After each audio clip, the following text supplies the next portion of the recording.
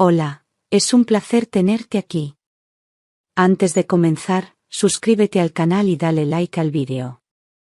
Aquella tarde volví a casa antes de lo habitual porque una reunión se había cancelado en el trabajo, y aunque el sol aún estaba alto, algo en el ambiente ya presagiaba tormenta.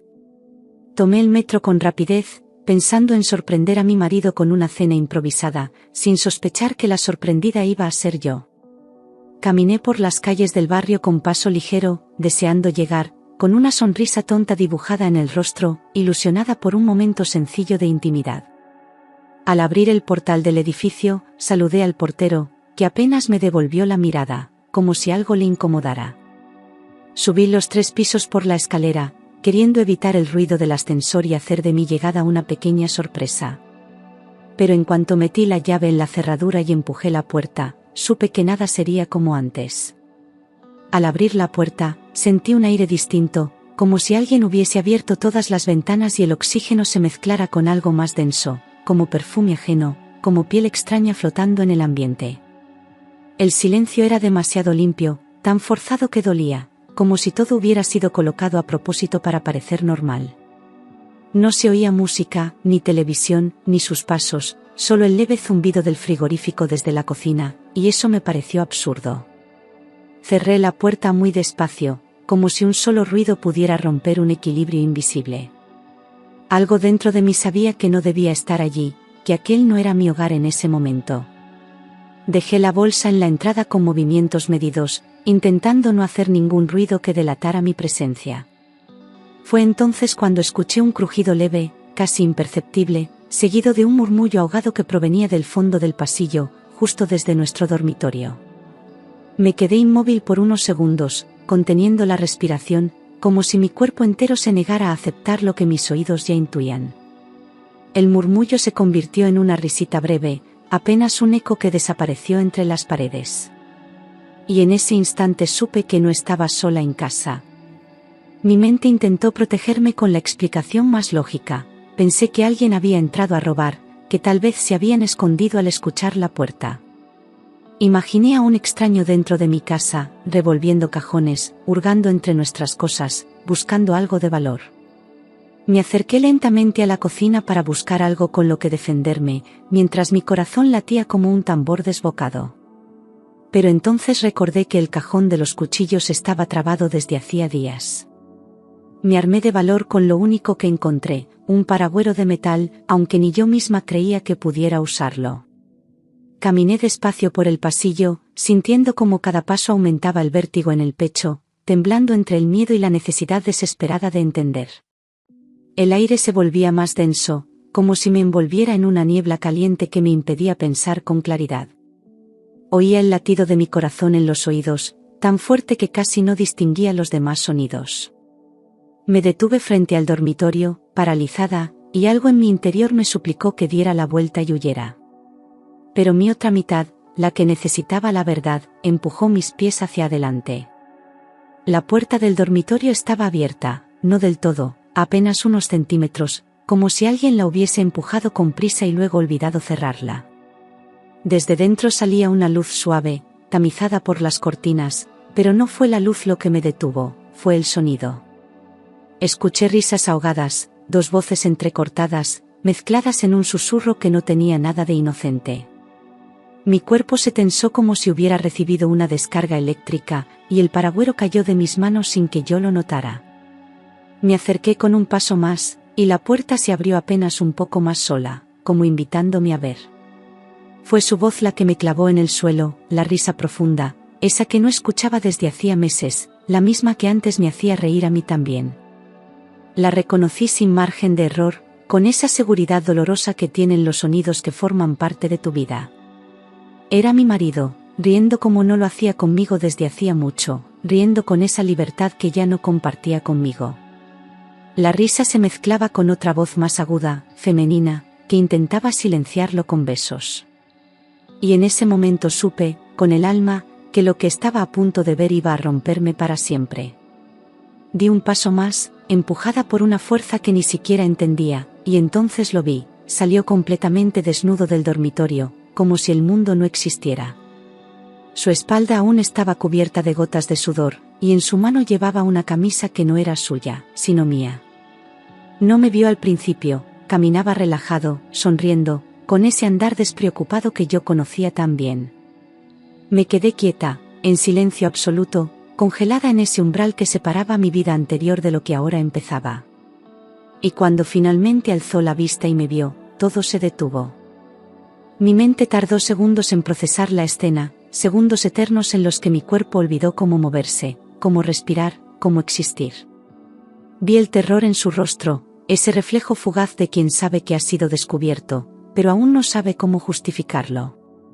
Él dio un paso hacia mí, balbuceando mi nombre, pero yo no podía escucharlo, solo veía su desnudez como una metáfora cruel de la verdad. Quise creer que no era real, que estaba soñando, que todo tenía otra explicación. Pero entonces, lo peor aún estaba por aparecer. Detrás de él, saliendo entre las sábanas revueltas y con la ropa enredada en los brazos, apareció mi propia hermana, con el pelo despeinado y los labios aún manchados de su traición. Llevaba mi camiseta favorita, esa que solía prestarle cuando se quedaba a dormir en casa, como si todo lo nuestro también le perteneciera. Sus ojos se encontraron con los míos y se llenaron de culpa inmediata, pero no tuvo tiempo de esconderse. Mi marido intentó cubrirla, pero era inútil, ya la había visto toda, ya había visto suficiente. En ese momento entendí que el infierno no está bajo tierra, sino en el rostro de quienes amas. Sentí que el suelo se abría bajo mis pies, que el aire desaparecía de mis pulmones y que la garganta se me cerraba con una presión insoportable. Quise gritar, pero la voz no me salía, quise llorar, pero mis ojos estaban secos, como si mi alma hubiera agotado toda lágrima posible en un instante. Mi cuerpo no respondió, solo me quedé allí, quieta, con las manos temblando y la mirada clavada en una imagen que ya no se borraría jamás. Nadie dijo nada, el silencio pesaba como una lápida entre los tres. Y en medio de ese vacío, mi corazón se rompió en 1.000.000 de fragmentos mudos. Él balbuceó una explicación absurda, algo sobre no saber cómo había pasado, mientras buscaba cubrirse con una toalla como si eso pudiera borrar lo que yo ya había visto. Su mirada iba y venía entre el miedo y la culpa, pero no se atrevía a acercarse más. Ella, en cambio, apartó la mirada de inmediato, incapaz de sostenerme los ojos, como si el peso de su traición la aplastara desde dentro.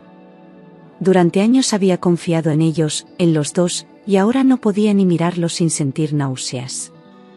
Ese silencio denso, saturado de mentiras, lo decía todo.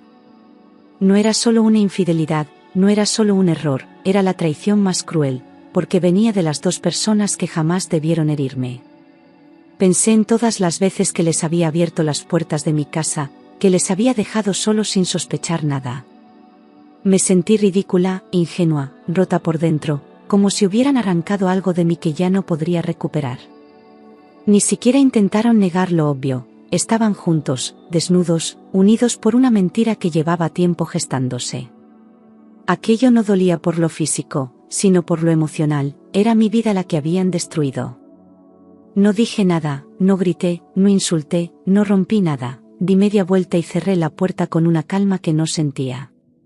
Era como si mi cuerpo se hubiese desconectado de mi alma, moviéndose por instinto, buscando escapar antes de desmoronarse por completo.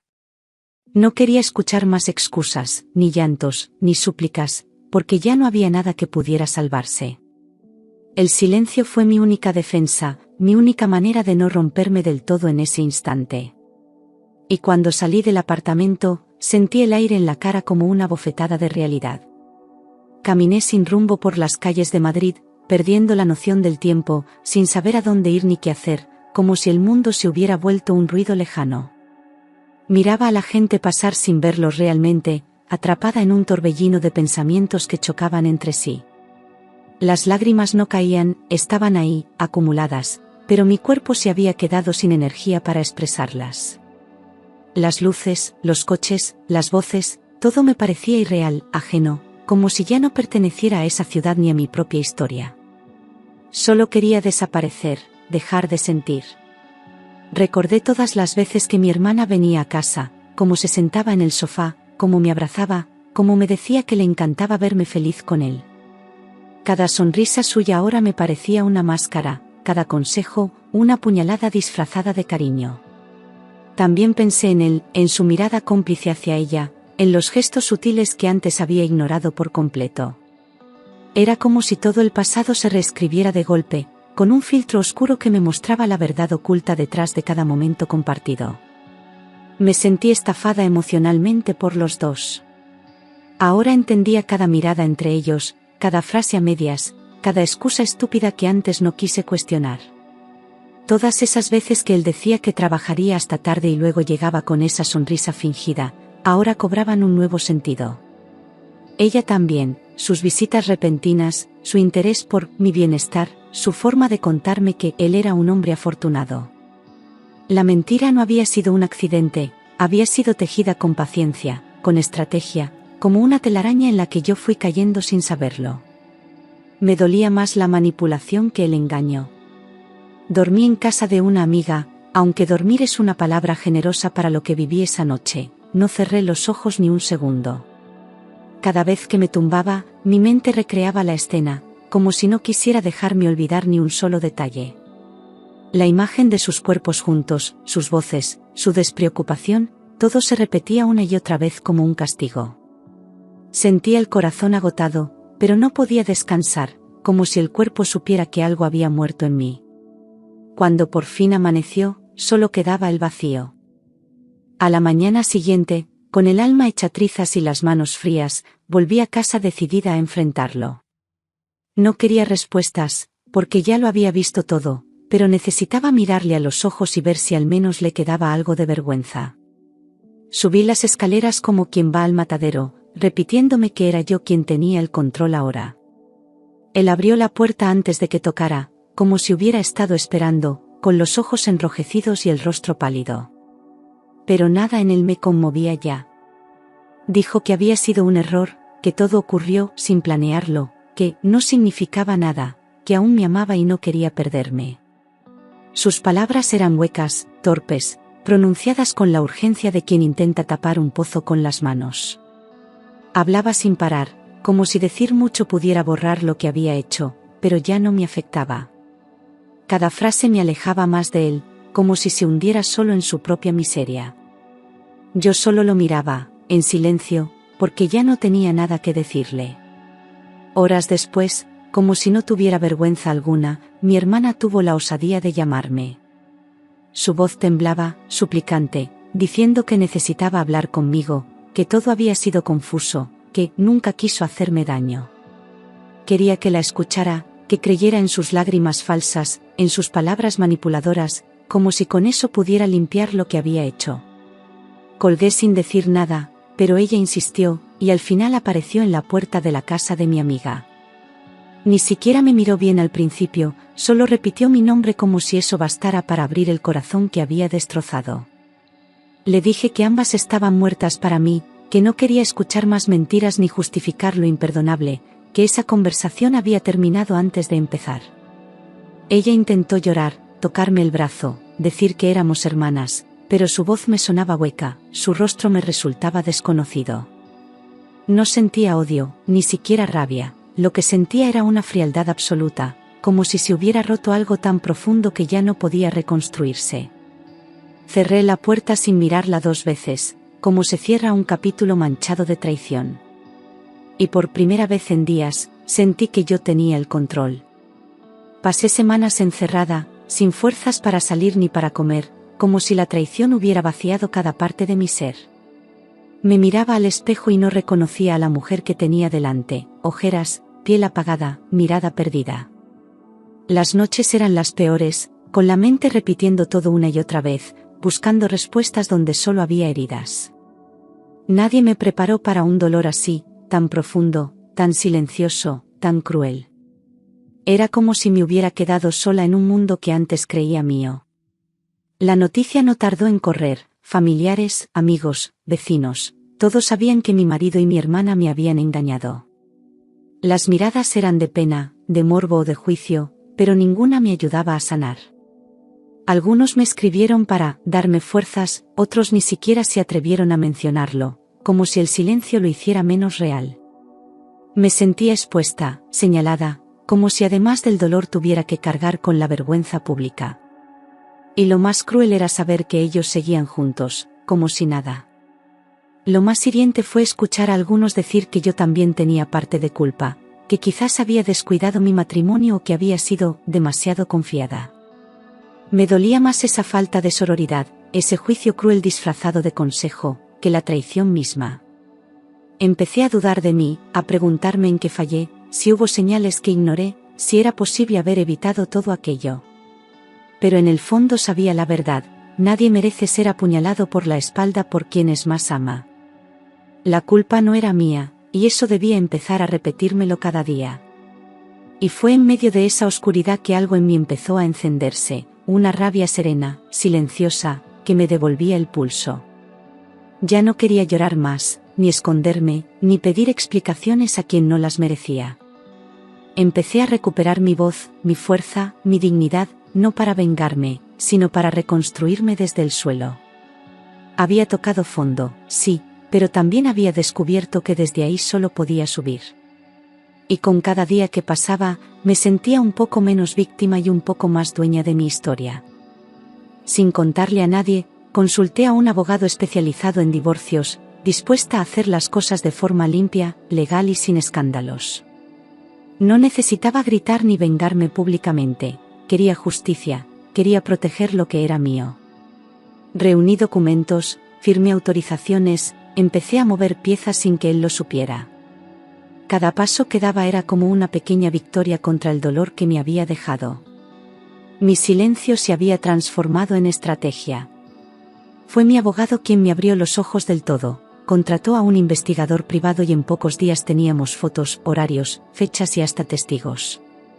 Descubrí que llevaban más de un año viéndose a escondidas, usando lugares que yo conocía, en fechas que yo aún celebraba con cariño. Cada evidencia era una puñalada nueva, pero también una pieza más para mi defensa. Verlo escrito, documentado, quitó cualquier rastro de duda que aún pudiera quedarme. Ya no había lugar para nostalgias, estaba claro con quién había compartido mi vida. Un día, mientras él dormía, tomé su móvil y entré en sus conversaciones, y ahí estaba todo: los mensajes con mi hermana, las fotos, las bromas privadas, los planes para el futuro.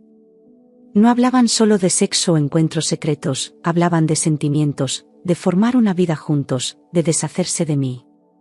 Leí cómo se burlaban de mí, cómo él decía que yo era ingenua y fácil de manejar. Me ardía el estómago, pero al mismo tiempo sentía que había hecho lo correcto al no confiar más en ninguno de los dos. Esos mensajes fueron mi sentencia definitiva. Entre las conversaciones, encontré algo peor aún: hablaban de vender el piso y mudarse al extranjero, a una ciudad donde nadie los conociera. Querían empezar una vida, libres de dramas, como si yo fuera la carga que les impedía ser felices. Incluso habían hecho cálculos, buscado agencias, y había un correo con una propuesta de venta que él jamás me mencionó. Usaban mi casa, mi estabilidad, mi confianza para planear un futuro que me excluía por completo. Fue entonces cuando entendí que no podía esperar más. No iba a permitir que se salieran con la suya, que siguieran construyendo sobre mis ruinas. Tomé una decisión firme: los enfrentaría legalmente con todo lo que tenía. Ya no me temblaban las manos, ni la voz, ni el corazón. Estaba decidida a recuperar mi dignidad y cada cosa que me pertenecía. No lo hacía por venganza, lo hacía por justicia, por mí, por la mujer que habían intentado destruir.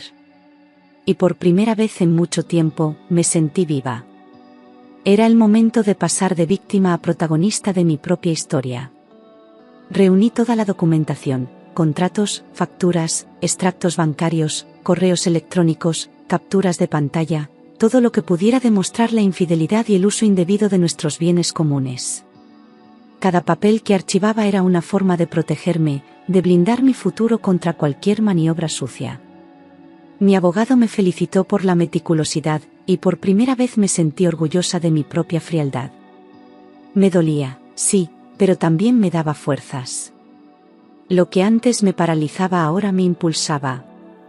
Fui al notario sin avisar a nadie, con las manos frías pero la cabeza clara, y cambié el testamento, eliminando su nombre de todo lo que aún compartíamos. También actualicé poderes, cuentas, accesos y seguros, borrando todo rastro de él de mi vida legal.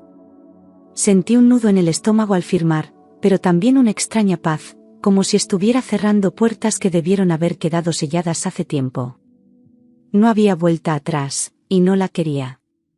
Ese día, dejé de ser su esposa también en el papel.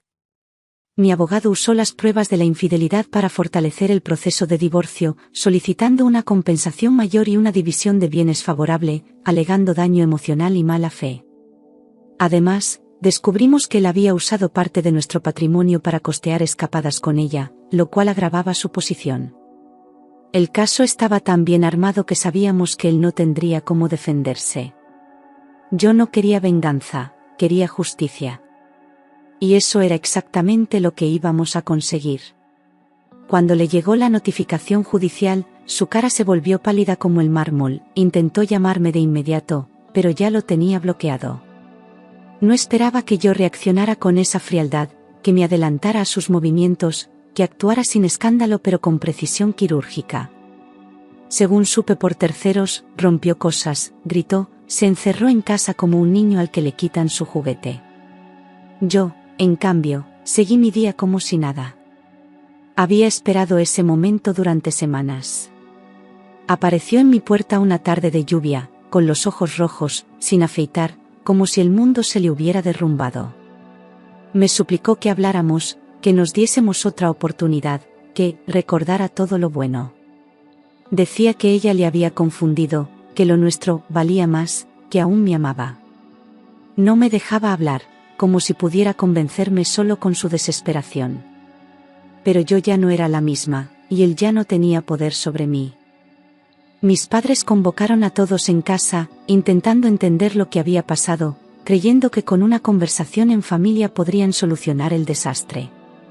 Estaban rotos, sobre todo mi madre, que no podía asimilar que dos de sus hijos se hubieran convertido en enemigos irreconciliables. La tensión era insoportable. Nadie quería decir lo que pensaba, todos caminaban sobre cristales. Yo me senté, escuché en silencio, y esperé a que ella hablara. Porque la que debía explicarse era ella, no yo. Mi madre lloraba sin parar, repitiendo que no entendía cómo su hija menor había sido capaz de hacerme algo así, que aquello no tenía nombre. Mi padre intentaba mantener la calma, pero le temblaban las manos, y apenas podía mirarnos a ninguna de las dos. Yo sentía la herida abierta, latente, como si cada palabra de ellos rasgara un poco más lo que ya estaba destrozado. Mi hermana, sentada al otro lado de la mesa, no decía nada. Y ese silencio la condenaba más que cualquier confesión. Finalmente, mi hermana habló, y lo que dijo terminó de romper lo que quedaba. El amor no se elige, soltó con voz firme, sin rastro de arrepentimiento. Añadió que no quería hacerme daño, pero que no podía luchar contra lo que sentía, como si eso la liberara de toda culpa. Sus palabras cayeron como piedras sobre la mesa, helando el ambiente, desfigurando la imagen de la mujer que una vez fue mi confidente. No pidió perdón. Solo justificó lo imperdonable. Y con eso selló su lugar fuera de mi vida. Me levanté despacio, con el pecho apretado, las manos tensas, pero sin una sola lágrima. Miré a todos, uno por uno, y dije que no volvería a verla jamás, que quien quisiera mantener contacto con ella lo haría sin mí. Nadie me detuvo, ni siquiera mis padres, que sabían que había llegado al límite. Salí de esa casa con la dignidad intacta, pero con una herida que dolería por mucho tiempo. Porque hay traiciones que no se curan, solo se sobreviven. Poco a poco, el dolor empezó a transformarse en otra cosa, no era alivio aún, pero sí una especie de vacío que me permitía respirar. Me di cuenta de que podía volver a elegir cómo llenar mis días, qué quería hacer con mi tiempo, con mi energía, con mi corazón. Me costaba imaginar un futuro sin él, pero también recordaba que antes de él, ya era alguien. Volví a cocinar, a escuchar música, a leer, a estar conmigo misma sin miedo. Y así empezó mi vida sin él, sin ruidos, sin mentiras, sin sombras. Retomé pasiones que había abandonado sin darme cuenta, me apunté a clases de pintura, empecé un curso de idiomas, actualicé mi currículum y busqué nuevas oportunidades. Era como si, al quitarme el peso del pasado, empezara a ver con claridad lo que podía ser mi futuro. Algunos días costaba levantarse, otros me sentía imparable, pero cada paso era mío. Volví a tener ilusiones, pequeñas metas, razones para salir de casa sin mirar atrás. Y con cada avance, recuperaba un trozo de mí. Cuando llegó el día del juicio, yo estaba preparada, vestida con firmeza, mirada alta, y con todos los documentos que habíamos reunido. Él intentó mostrarse tranquilo, pero sudaba, evitaba mirarme, y sus manos no paraban de moverse. Su abogado parecía incómodo, como si supiera que estaban a punto de perderlo todo. Mi declaración fue clara, serena, sin rencor pero con verdad. Las pruebas hablaban por sí solas, y en esa sala yo ya no era la mujer traicionada, era la mujer que se defendía. Él trató de negar, de maquillar los hechos, pero los mensajes impresos, las fotos y los registros de llamadas lo hundieron sin remedio. Cada mentira suya se deshacía en cuanto mi abogado mostraba una nueva prueba, y el juez apenas contenía su disgusto. Había familiares presentes, amigos comunes que no sabían dónde mirar. Mi hermana no asistió, quizás por miedo, quizás por vergüenza. Pero yo sí estuve allí, de pie, viendo cómo su máscara caía frente a todos. El juez dictaminó a mi favor, la casa quedaba para mí, la mayor parte de los bienes también, y él debía indemnizarme por el uso indebido del patrimonio común. Fue una victoria justa, no por el dinero, sino por la dignidad que representaba cada línea de esa sentencia. Sentí que, por fin, alguien reconocía el daño que me habían hecho y me devolvía el poder que me habían arrebatado. No celebré, no sonreí, respiré hondo y salí del tribunal en silencio. Pero por dentro, una puerta se cerraba para siempre. Firmamos los papeles en una notaría fría, sin palabras, sin contacto visual, como dos desconocidos que alguna vez compartieron una vida. Él temblaba al tomar el bolígrafo, pero yo solo quería acabar de una vez con todo aquello. Al salir, el cielo estaba gris, pero yo me sentía ligera, como si al fin hubiera soltado una carga que arrastraba desde hacía demasiado. No hubo lágrimas, ni despedidas, ni segundas oportunidades. Solo una firma, y mi libertad recuperada. Meses después, me llegó un mensaje desde un número nuevo, era él, diciéndome que me echaba de menos, que había cometido el mayor error de su vida. Decía que nada funcionaba con ella, que pensaba en mí cada noche, que aún estaba a tiempo de volver. No respondí. Minutos después, llamó, y tampoco contesté. Su voz ya no tenía lugar en mi presente. Bloqueé su número sin leer el resto de sus mensajes, sin darle el espacio para seguir contaminando mi paz. No necesitaba saber cómo se sentía, ni por qué lo había hecho, ni qué le dolía ahora. Él tuvo su oportunidad, la destrozó, y yo había sobrevivido. No iba a abrir una puerta que había costado tanto cerrar. El perdón, quizás, algún día. Pero volver, jamás. Me enteré por una amiga que él y mi hermana se habían mudado juntos, pero que todo iba mal, peleas constantes, gritos, puertas cerradas con rabia. Él había perdido su trabajo por ausencias injustificadas, y ella no conseguía mantener uno por más de un mes. Ninguno de los dos era bienvenido en reuniones familiares, y vivían aislados, en un apartamento pequeño y gris. Lo que construyeron sobre traición se derrumbaba lentamente. Y yo no sentía lástima, solo distancia. Ella fue rechazada por la familia, incluso por quienes al principio intentaron entenderla. Nadie confiaba ya en su palabra, y su presencia era incómoda en cualquier lugar. Él, con su reputación arruinada y sin trabajo, se convirtió en un fantasma de lo que fue. La vida les había devuelto exactamente lo que sembraron: soledad, desconfianza, vacío. Y yo observaba desde lejos, sin intervenir, sabiendo que no hacía falta vengarse. El tiempo ya lo estaba haciendo por mí. Un día, sin avisar, ella apareció en mi puerta, con la cara demacrada, los ojos rojos, y una voz apenas audible. «Solo quiero que me escuches», dijo, como si eso bastara para desenterrar todo lo que intenté enterrar. Me pidió perdón, me dijo que él la trataba mal, que había sido un error, que ojalá pudiera volver atrás. Lloraba, temblaba, parecía otra persona, pero yo seguía siendo la misma que ella había destruido. Y eso, ninguna lágrima podía borrarlo. La miré durante unos segundos eternos, sin rabia, sin lágrimas, solo con una firmeza que ella no esperaba. Le dije que ya no formaba parte de mi vida, que no guardaba odio, pero tampoco tenía espacio para el perdón. Que había tardado mucho en reconstruirme como para volver a abrir heridas. Cerré la puerta con suavidad, pero con una decisión que pesó más que cualquier grito. Y cuando el sonido del portazo se desvaneció, sentí que algo dentro de mí se cerraba para siempre. Por primera vez, al cerrar esa puerta, no sentí rabia, ni tristeza, ni vacío, sentí paz. Era como si todas las piezas finalmente encajaran, como si el pasado ya no tuviera poder sobre mí. No necesitaba su perdón ni su arrepentimiento, porque yo ya me había perdonado a mí misma por no haber visto antes. Lo que viví me dolió, me rompió, pero también me enseñó a reconocer mi valor. Y con ese último gesto, el ciclo se cerró. Aprendí a ponerme en primer lugar, a no conformarme con migajas disfrazadas de amor, a no justificar lo injustificable. Me convertí en una mujer más consciente, más fuerte, más libre, que no teme a la soledad porque ya no depende de nadie para sentirse completa.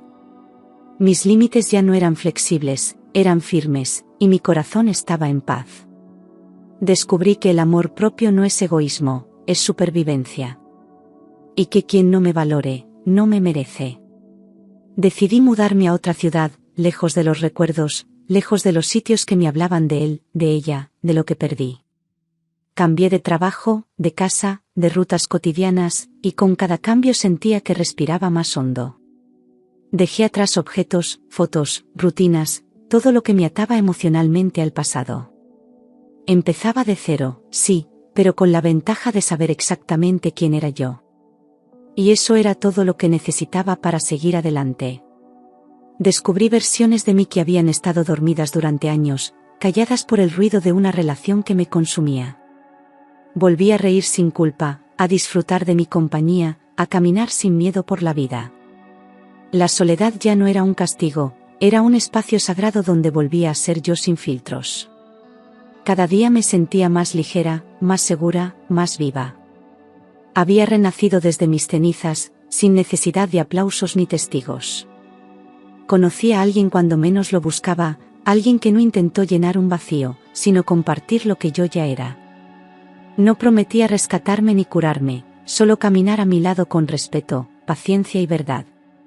Al principio tuve miedo, dudé, me alejé, pero él supo esperar sin presionar, sin invadir. Poco a poco, empecé a confiar, a abrirme, a sentir sin temor. Y así descubrí que el amor sano también existe, aunque llegue tarde. Esta vez no tenía miedo de empezar de cero, de mostrar mis cicatrices, de decir lo que sentía sin miedo a ser juzgada. No me callaba para agradar, no me escondía para evitar conflictos, no me perdía en el otro. Aprendí que una relación no debe doler, ni hacerte dudar de ti misma cada día. Ya no aceptaba menos de lo que merecía, ni en el amor ni en la vida. Vivía con libertad, con calma, con verdad.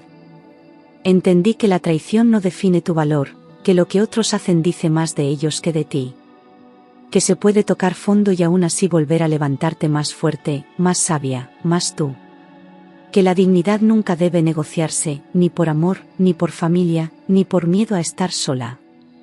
Aprendí a escucharme, a cuidarme, a elegirme cada día. Y aunque fue doloroso, no cambiaría nada de lo que viví. Algunos familiares dejaron de hablarme, se posicionaron con ella, creyeron su versión, o prefirieron no involucrarse. Otros, en cambio, se acercaron más, me apoyaron en silencio, respetaron mis decisiones sin exigir explicaciones. No intenté convencer a nadie, ni justificar mi distancia.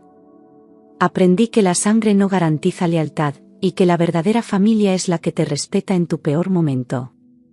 Me dolió, sí, pero también me liberó.